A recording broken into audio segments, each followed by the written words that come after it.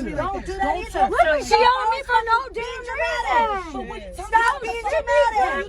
Yo, relax. Don't talk to me like that out of everybody, Natalie. I had your back the entire time. I had your back the entire time.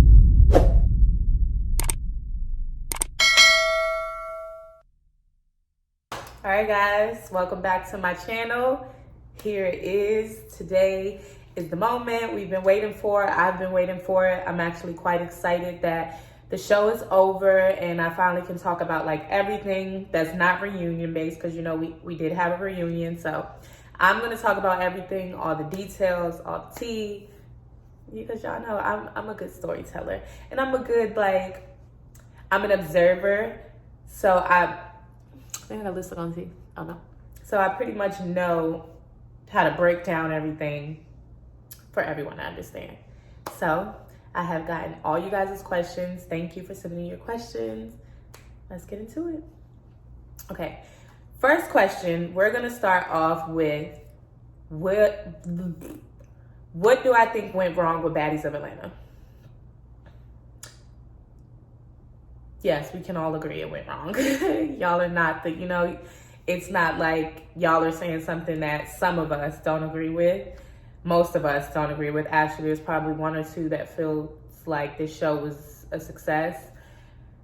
This is what I feel like went wrong, personally. No, actually, it's true. Okay, this is the truth about what went wrong. Besides the logistics and the personal BS that messed up the show, when there is a team, there is a coach, there's a quarterback, and then there's the other players. Yes, the other players have certain positions, but the coach and the quarterback are like our foundation, okay? So in this sense, there was allegedly 1, 2, 3, maybe 4 EPs. I can't remember exactly how many, but everybody cannot be in charge. So I think that everybody, feeling like there was power struggle so much, like feeling like everybody was in charge. Oh, I'm an EP. We heard that so much that if we never hear the word EP again, it'll be too soon. But a team cannot move without a coach writing down the plays, getting the plays together, which I felt like should have been Zeus, and then a quarterback. Maybe that could have been Tanisha. I personally think that Tanisha over Natalie, because I don't think Natalie has a good enough balance of not being messy and being a leader. So I think the quarterback could have been Tanisha. And then we have the players, including me. Like, I have no problem with playing my position, who, we got to follow the plays. This is the map out. This is what we're doing. Like, this is how it's going to work. So that's what I think went wrong with Baddies of Atlanta. I think Zeus really wanted to give us control, well, the EPs control of what a return looked like for us. And in my opinion, they should not have had that much control. I think Zeus definitely should have, mapped it out. This is what it is. And yeah, y'all can put y'all opinions in it, but we may or may not go with it. So yeah. Too many people in charge. It just didn't work. There was no organization. There was no plan. The coach didn't have a plan laid out. The quarterback didn't help execute the plan to the players, like get the plan to the players and execute it properly. So it just didn't work.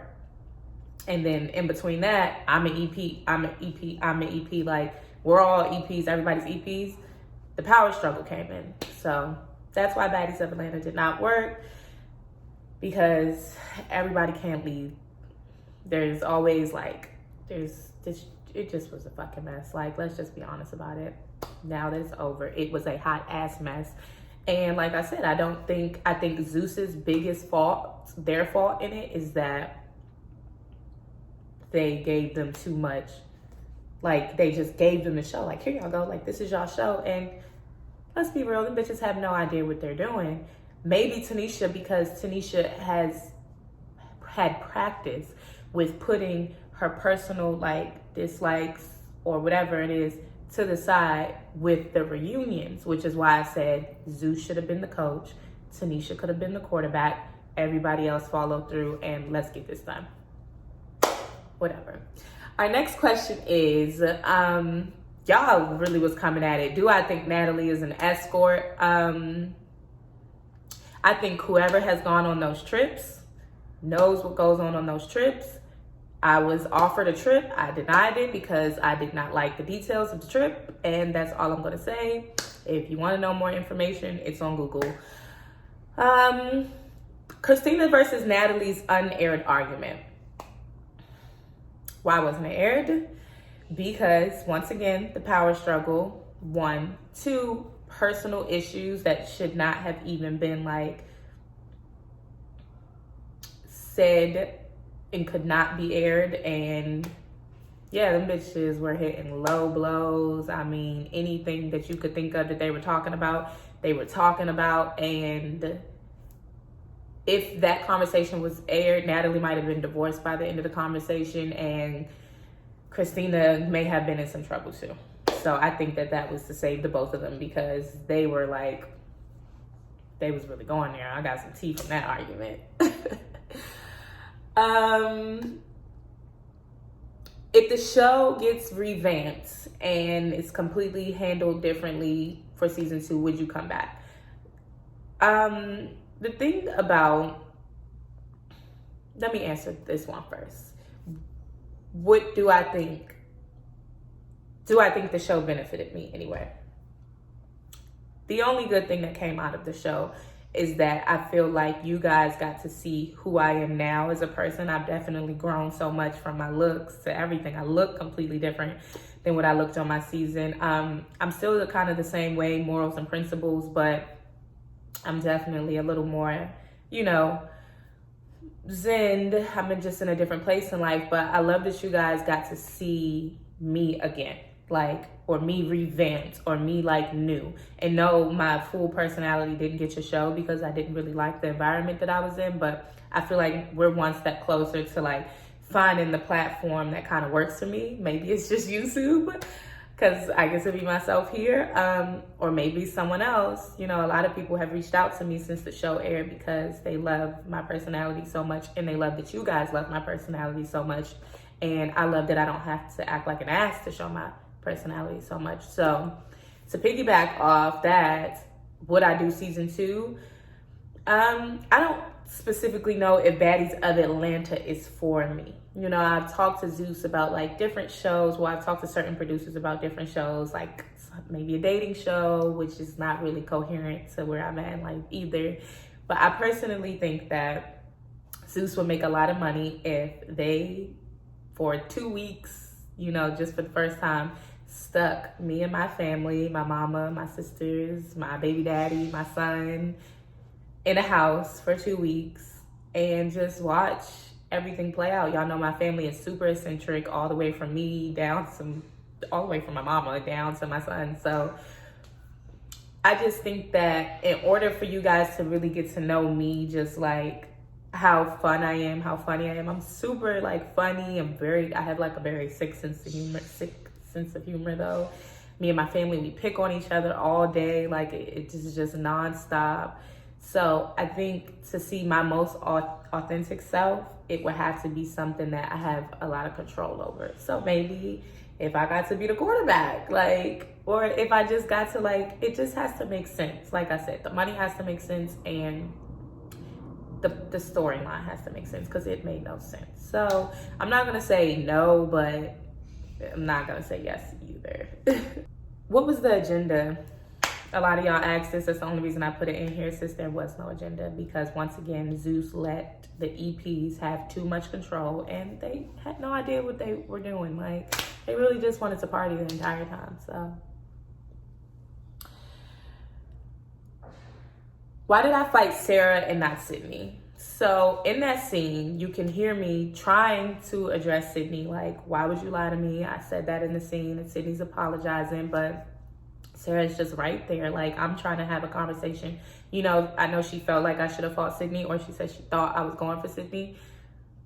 I couldn't even have the conversation with Sydney to, even finish it, because she just kept buzzing in my ear and saying anything. So I do think Sarah she asked for it. I don't take that back. I don't, yeah, I'm sorry that it happened, but more so in the sense that like that's just not what I wanted to do or what I came to do. But I do think that she poked and she poked and she poked until she got the reaction. I don't think she thought that it was going to go that far. I just think she thought it would be an argument and it would be over. But sometimes, you know, never know who you're dealing with.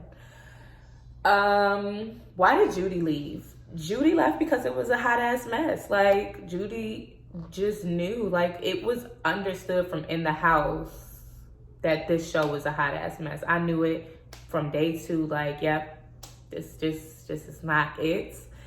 And yeah, but contracts had to be fulfilled. So, and then also the Judy and Sydney having to share a room, that was just like so unfair. Like, Janelle slept in my room. Judy could have easily taken Janelle's room once that happened, but the house was so disgusting. Janelle's bathroom wasn't even built, so she wouldn't even, it was just like any other sleeping quarters she would have went to, there would have been an issue. Sydney and Judy didn't have a working bathroom. Janelle didn't have a working bathroom. Like, Judy left because it was a hot ass mess, and that's just the truth. And I do think that they were treating Judy very unfairly, like putting her on liquor restriction. And given Judy does have a bit of a drinking problem, and I would tell her like, you need to slow down a little bit, but she is a grown ass woman. And if y'all wanted to see true, authentic Judy, maybe y'all should have let her drink. Like,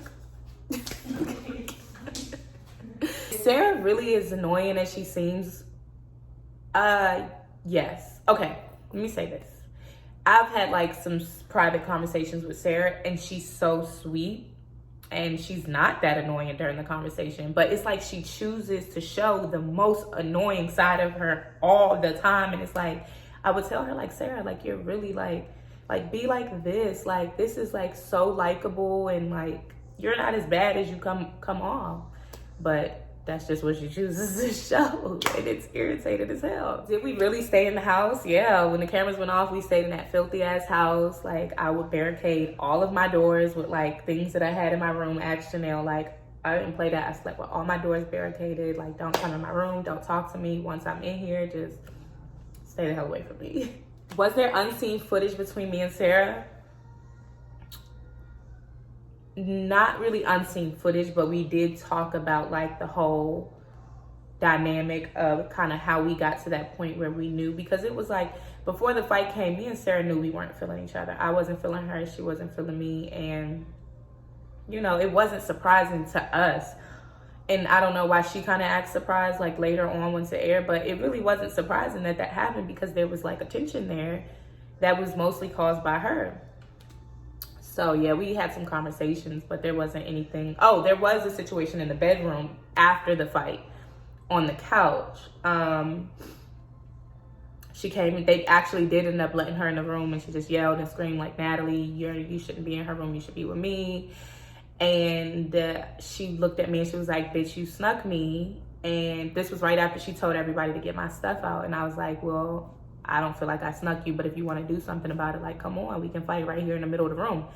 Everybody backs out of the way. The producers, security, the producers actually told security to move, like, move, let them go ahead and fight again. Or I was like, oh, we can go out, I'll put my sneakers on and we can go out front and we can swap it out. This was all on camera, so I'm not sure why it didn't air, but probably because it was dragging so much. Anyway, and she just kind of cried and walked away. So I did try to give her the opportunity. I know some people felt like she was snuck, but I personally don't feel like if I'm talking to you and we having an argument and she tried to get up. She did kind of sort of try to get up. She just got pushed back down. Do I think the cabaret is better than Baddies? Yes. But going back to the first thing, because there's a coach, there's a quarterback, and then there's the team. Zeus, Jocelyn, the team. Their show is just naturally better because, one, they got things done because there are only 2 leaders, the production and Jocelyn, and then everybody else just had to follow suit of what we're gonna do today. So the show was definitely better. Their show's definitely 100% better than ours. It was organized. They actually had a goal. They had things to do. Like, it just made sense. And I'm sure it was thought about prior to. I don't think any of the EPs thought about shit prior to, other than let's get on here, argue, yell, and scream, and hope that we, no, y'all just made, not me, because I look great. y'all just made yourselves look like idiots. Like, there literally is no storyline. It's just yelling and screaming. Was production messy? Not in the sense of like how Oxygen would be like, you know, I think you should do this, but like I was like actually teary-eyed talking to production before the Sarah thing, like just letting them know like I need a mental health day, like this is just a lot for me. And they were like, okay, we'll let you go, we'll book your hotel, we'll send you out to eat, you can go do what you want for a whole night, but come and talk to the girls first. So messy, not really, but I think they knew, like, they definitely are very smart as far as like that was kind of a little bit of a setup. I didn't want to talk to them. I didn't have nothing to say to them. So yeah, not as much as like Oxygen, like, well, I think you should go like throw her a bed in the pool, like, or do this.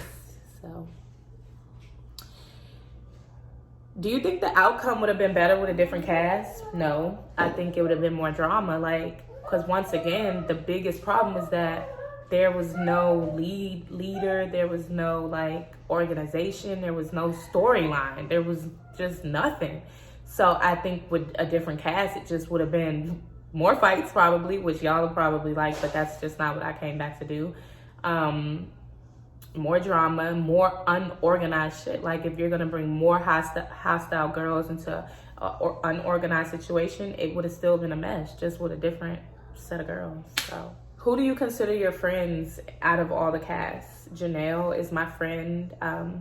Tanisha's an associate. We don't talk enough to be like, oh my God, we're friends. Sydney's another associate. Christina's another associate. Like, but I don't talk to them enough to consider them a friend. Same thing with Judy. The rest of them I don't talk to at all. What did Tanisha and Natalie say to me about Sarah? So before I like say exactly what was told to me, I'm gonna break down like the me and Sarah's thing. So the first night I got rides in Atlanta, I came straight to the photo shoot from Hawaii, and then we went to the strip club, but we weren't filming. Natalie was holding my hand walking into the club, because just everybody knows like I move a certain way in my real life. Like I don't just stand outside of clubs. I don't hover around at the let outs. Like my driver drops me off in the front, I get out, I go in, I get out, go right back to my driver. That's how I move in my normal life. So Natalie was accommodating that. So she's holding my hand, walking me into the club, making sure I'm one of the first girls to get in. And Sarah comes and like breaks our hands apart. Like, Natalie, don't start this. I'm your friend. You just met her. You don't know her like that. And I'm like, so I looked at her. I said, bitch, don't touch me. Don't touch me. But I was laughing it off because I was like, okay, I'm just getting back from Hawaii. I'm a little turned. I'm having fun. We must go have fun. But I laughed. I'm like, dang, like, I said, girl, don't touch me. So it was like that. It wasn't like super aggressive. Then there was like another instance where I'm having the conversation with the producer, one of the producers on the show, the white boy Matt, who does our Baddies intro. And we're sitting down and we're talking just about like what the plan is for the day. Cause this was another annoying thing. Like they had me waiting so much all the time. So I'm like, okay, what's going on today? Can I just leave?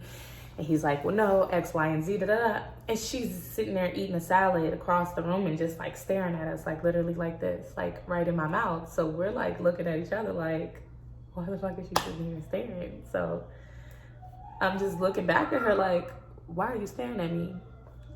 She just kind of like goes and does something else. So then, you know, Tanisha had called me that morning. She's like, yo, what's going on with you and Sarah? Like, I didn't even know y'all had a problem. I'm like, I don't know. She's just weird. Like, she has a weird thing with me. And Tanisha was like, yeah, she was talking a lot of shit, but I was surprised. So Tanisha wasn't really saying it in the sense of like, yeah, this bitch was talking shit. She was like, what have I been missing? So I explained to her what happened the first night with Natalie. I explained what happened with the producer. And overall, there just would be instances where she would just stare at me, like, and Janelle would be like, Sarah's just staring at you again. And I'd be like, I know, like, what's wrong with her? So we basically explained that. And then Natalie would be like, girl, I don't know what Sarah's thing is with you. Like, I honestly think it's because she's used to being like the pretty girl with the nice things. And you kind of came and took that from her. So, Tanisha's was more of a like, what the hell? Like, I didn't even know y'all had an issue. Natalie's was definitely a little more messy, but it wasn't like they were saying anything that we weren't seeing with our own eyes. Like, the girl would just stare me down sometimes, or yeah, like I'll get dressed and she would just be like, and I would be like, did you speak, say something, I look nice, or bitch, I don't like you, like. So it was weird, just like her whole dynamic with me. I just never understood what her issue actually was, but I do think that she had an issue. For sure, it was obvious. It wasn't like surprising that we got into it once again. Was there unaired arguments besides the Natalie and Christina? And I told y'all why that was, and some nights in the car, which like y'all saw at the beginning of the video that I put there.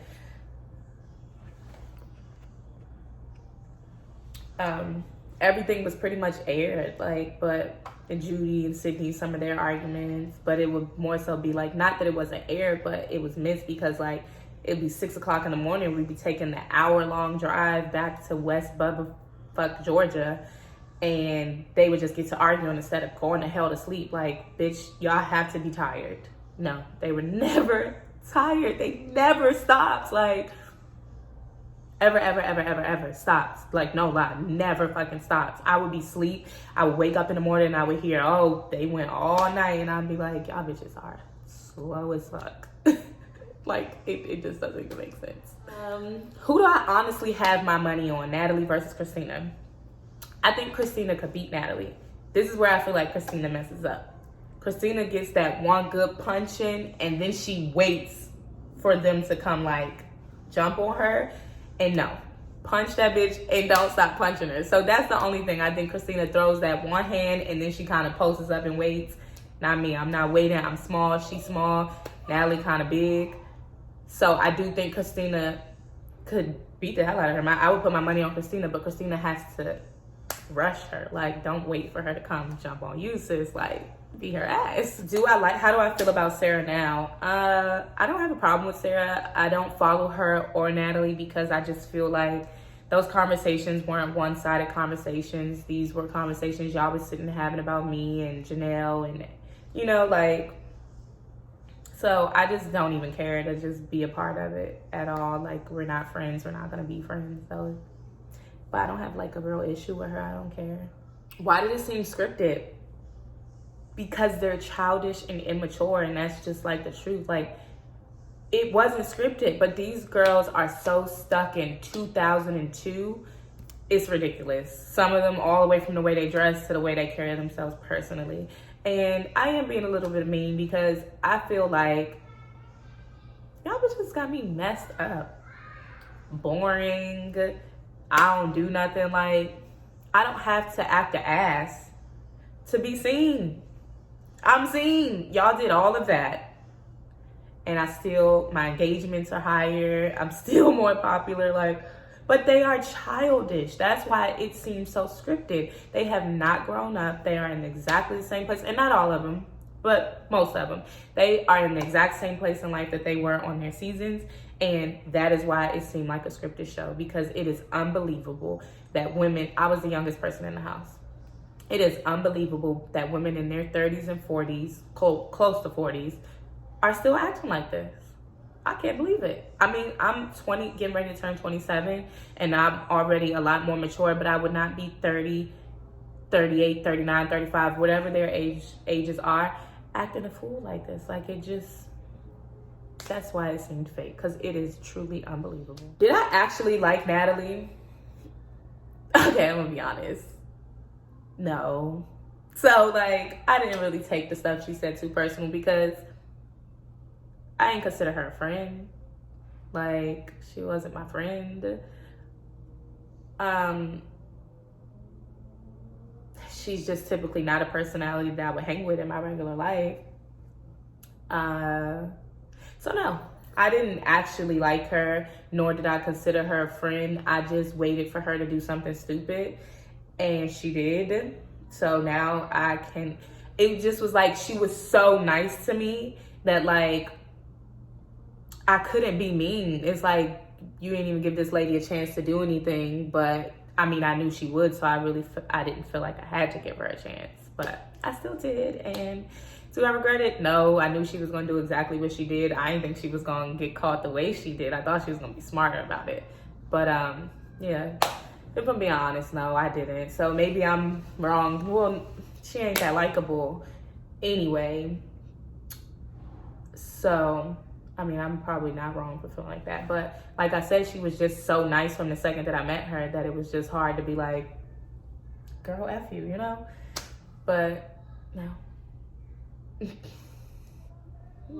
How problematic was each girl from scale to 1 to 10? And how do you really feel about each girl? Let's start with like the unproblematic ones. Janelle, her problematic level was a 1. Janelle just typically didn't care. She didn't bother anybody. She really didn't say anything. She was very good at like, you know, breaking down everybody's problems. So I think Janelle's very sweet. I think she's a nice girl. And I think she acts very appropriate for her age. Tanisha, I would give Tanisha a 4 on the problematic scale. And I say that because Tanisha is dramatic as fuck. Like, so dramatic. You didn't have to storm out that many times. She's dramatic as fuck, but it is authentic. Like, it's always the same dramatic person all the time. So that's why I didn't like, it doesn't make me dislike her. Like, at least you are exactly the same all the time. Even when the cameras was off, like, you would hear her like, yo, Natalie, fuck you, or like, just being dramatic. Judy, I would give Judy like a 4 as well, because Judy wasn't really problematic in a sense like she was like just being irritating, but she was just uncomfortable, so she was problematic. Actually, I'm gonna give her a 6, because after the reunion, her and Sydney annoyed the fuck out of me. I'm not gonna lie, because they wouldn't stop. Judy doesn't know when to stop, just like Sydney does. So they're both gonna get a 6 from me. But I think Judy's problematic was more so she was uncomfortable. So she was like, you know, trying to fight her way out of an uncomfortable situation. Sydney's problematicness is just too much all the time. Like, Sydney does not know when to stop. And she will stop. Like, she will get quiet and she will relax. But when that camera is on, she is going to make sure she gets every bit of TV time that she can get. And it gets annoying. But I do like Sydney. I think she's so sweet when she wants to be. When I met her the first time, she was so quiet, so sweet. When them cameras came on, she's a whole different demon. Natalie, I think Natalie's about a 7 or an 8 on the problematic scale. She's just messy as hell and like overall just not a nice person. Like, I don't understand people who, you know, hang with people and then talk shit about them, because like you could just not like them and just not hang with them, you know, like you don't have to pretend. And then also like she's just like, she just another thing, like her level of wanting to be seen is not as bad as Sydney's, but it's up there. Like, so yeah, she's problematic and slightly messy, but we already know that. Who am I forgetting? Sarah. Sarah's probably like a 5 on the problematic scale. I don't necessarily think she means any harm. I just don't think that she like thinks about the shit before she says it, or like even with like some stuff that she says makes sense, but when you hear her reasoning for saying it, like everything will make sense, and it'll be like, and just like Natalie, like, girl, we were rooting for you right until you said Natalie's name. If she would have left Natalie's name out of half of the points that she was making on the show, she would have looked so much better and it actually would have made sense, but she didn't. Dang, I feel like I'm missing somebody. Me, Judy, Sydney, Janelle, Tanisha, Sarah, and Natalie. Oh, maybe I'm missing. Oh, Christina. Christina is like a 4 or 3 on the problematic scale. She's not really problematic, but when you take her there, you got a problem. It's gonna be about a 10 on the scale once she's already there. But no, I think Christina's a really sweet girl. I do think that Christina has an insecurity around friendships and relationships that like I said in another video, like I didn't feel like I could help her. I don't know how to be like a good friend to her, because I think that she's so busy thinking about like, is this girl actually, she's an overthinker. It might not be insecure, but she overthinks every situation. And like, girl, just like, let's vibe, let's chill, let's relax. So that's how I feel. That's where I think everybody is on the scale of 1 to 10. What happened between me and production on the last episode where I was sitting there quiet? So basically, I was tired of waiting around. Like, come on now, like, we need some organization. That was another, you know what, Christina just got bumped up to a 5 because she was late every day. And that was another one of her, it's okay. That was another one of her problems. So yeah, when I addressed the producer about it, like, this is once again another day where we've spent dressed and in clothes and walking around, sitting around, waiting hours to film. And he kind of got snappy with me, and I kind of was like, well, who the fuck you talking to? Because, you know, I'm not one of these girls in here. So I was like, okay, I bet you won't get not another word out of me for filming. So that's what happened. It wasn't nothing like super serious. See? The last question I'm gonna throw in here is not really Baddies of Atlanta related, but I'll talk about it because it's been going on. How do I feel about Camilla, what's her name? Camilla, I think. And all the internet drama and her DMing me talking about my son. I truly feel like she's a miserable person. And not because of anything she's done to me personally, but because every time we see her in a blog or on anything, it's drama. Like, nobody can possibly, like, you cannot tell me that you're a happy person and your life is great and you're just always in drama. Like, one day it was because her daughter was at an all-white party and had on a different color, or arguing with the girlfriend or the wife. Like, it's just never good. You reading your book? Sorry, y'all. We're gonna hear him reading because he's reading to himself. As far as her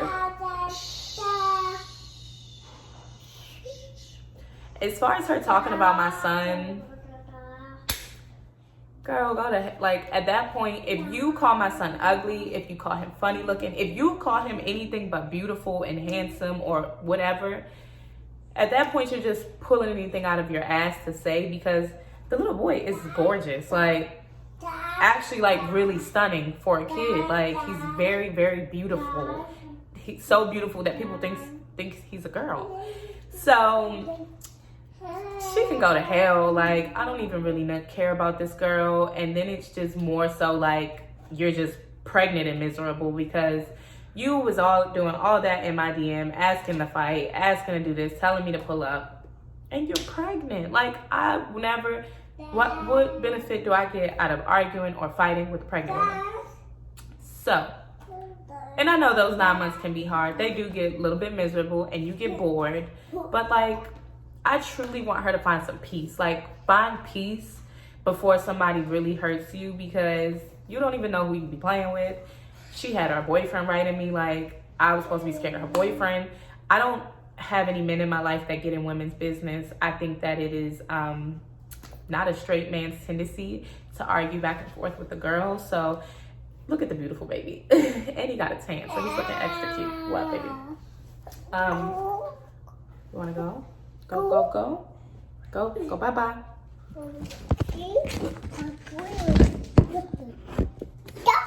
No. Yeah, so that is how I feel about Camilla and her issues. Like, it's just like, girl, you don't have to respond to every fan that says something. If I responded every time a fan said, oh, such and such, Brocky says she can beat your ass, or I would be as miserable as everybody. Like, I don't feel the need to respond to that, because if the day comes to where we gotta go there, we already know I'm gonna go there and I'm gonna go all the way there. So find peace. Go do some yoga. There's pregnancy yoga. Like, truly, like, leave me alone. Because just know. But that is it for my Baddies of Atlanta review. I am truly sorry that the show that you guys deserve did not get done, because you guys were like, they let y'all down. They did. They did not do their parts. They did not plan it properly, and the execution was poor. So I am sorry to y'all because I appreciate the fans. I love every single one of y'all. Even y'all negative Nancy's, I think y'all are hilarious because y'all are children, and some of the stuff that comes out of y'all mouth is funny as hell. So I really am sorry that like this just was such a disappointment. I'm equally as disappointed. But like I said, there gotta be a coach and a quarterback and the players, and people don't always understand that. So hopefully you guys will see me again on some TV thing. Until then, keep watching my YouTube channel to keep up with everything that I'm doing in my life, and let's wait and see how the reunion goes, because y'all know it ain't going well. Y'all keep asking me, did we address the voice calls? And y'all know we did. So until next time.